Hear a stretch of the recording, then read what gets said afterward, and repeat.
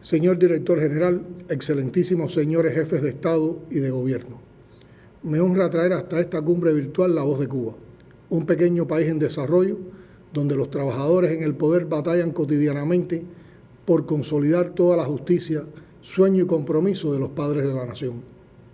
Hoy, como siempre, en los últimos 61 años, Cuba hace suyos los nuevos y graves desafíos con los que la Organización Internacional del Trabajo comienza a transitar su segundo siglo de vida. Cuando a los retos que ya enfrentaba el mundo laboral, bajo las duras reglas del mercado, se añaden los efectos de la COVID-19, son innegables las devastadoras consecuencias que tendrán las múltiples crisis generadas por esta pandemia en la economía de todos los países. El desempleo se ha multiplicado, la desprotección social aumenta y con ella se acrecientan las desigualdades y la pobreza. Pero no debemos engañarnos.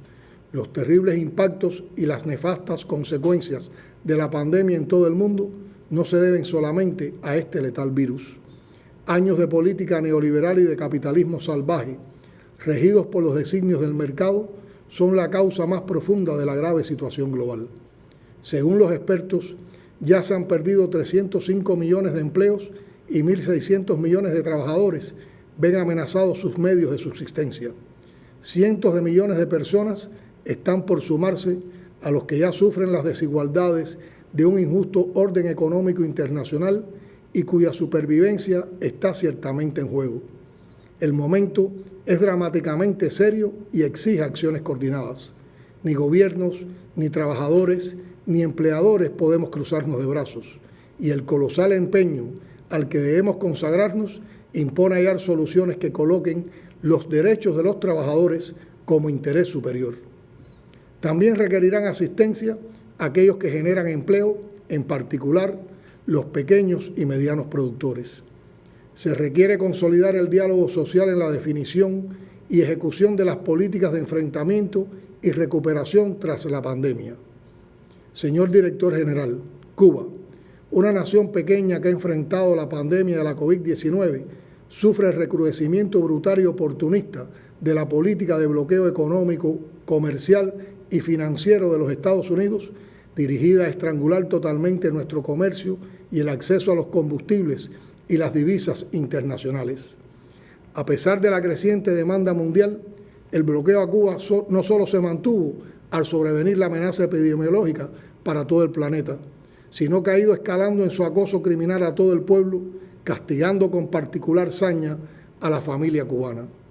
En medio de esa asfixiante guerra económica, nuestro gobierno ha implementado acciones para la protección de la salud de todo el pueblo, el mantenimiento del empleo y la defensa de las garantías y derechos laborales para todos, que son baluartes de nuestro proyecto social.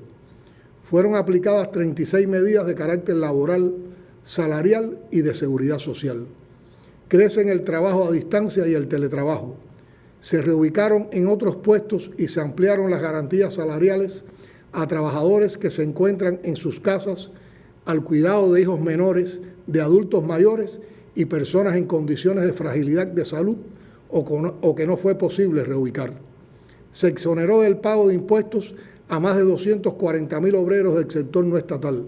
Se mantuvo el pago de las pensiones y los trabajadores sociales prestan atención especial a las familias que lo requieren, entre otras acciones.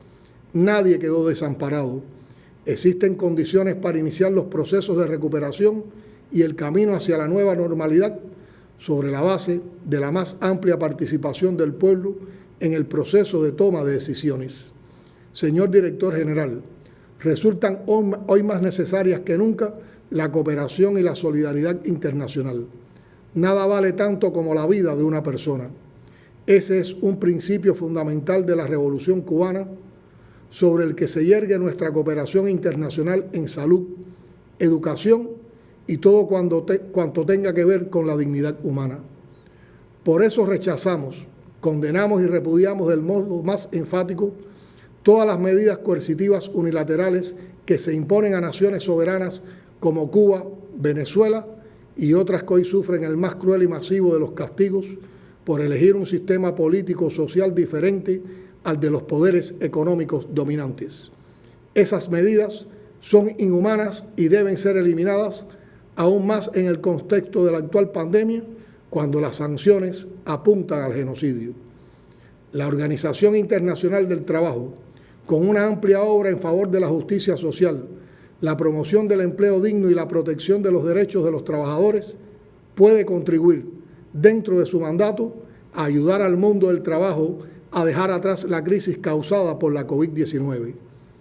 Cuba, como país fundador de esta organización, reitera su voluntad de continuar fortaleciendo el indispensable multilateralismo, la solidaridad y la cooperación internacional, con el compromiso de continuar garantizando la protección de los derechos de los trabajadores y avanzar en la construcción de un mundo más justo. El trabajo es un valor y un derecho sagrado. Como expresara el líder histórico de la Revolución Cubana, Fidel Castro Ruz, y cito: «Solo trabajando se puede avanzar, solo trabajando se pueden producir los bienes que el país necesita, solo trabajando se puede producir más alimento, solo trabajando se debe salir de las dificultades más apremiantes que tenemos». Muchas gracias.